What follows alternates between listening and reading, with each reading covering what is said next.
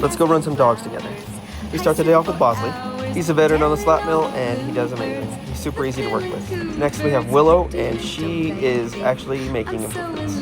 Though it might not seem like it, I promise she is. After that we have Tammy. Tammy is an OG. I don't have to do much with her. She runs because she wants to. And now we have a newcomer, Louie.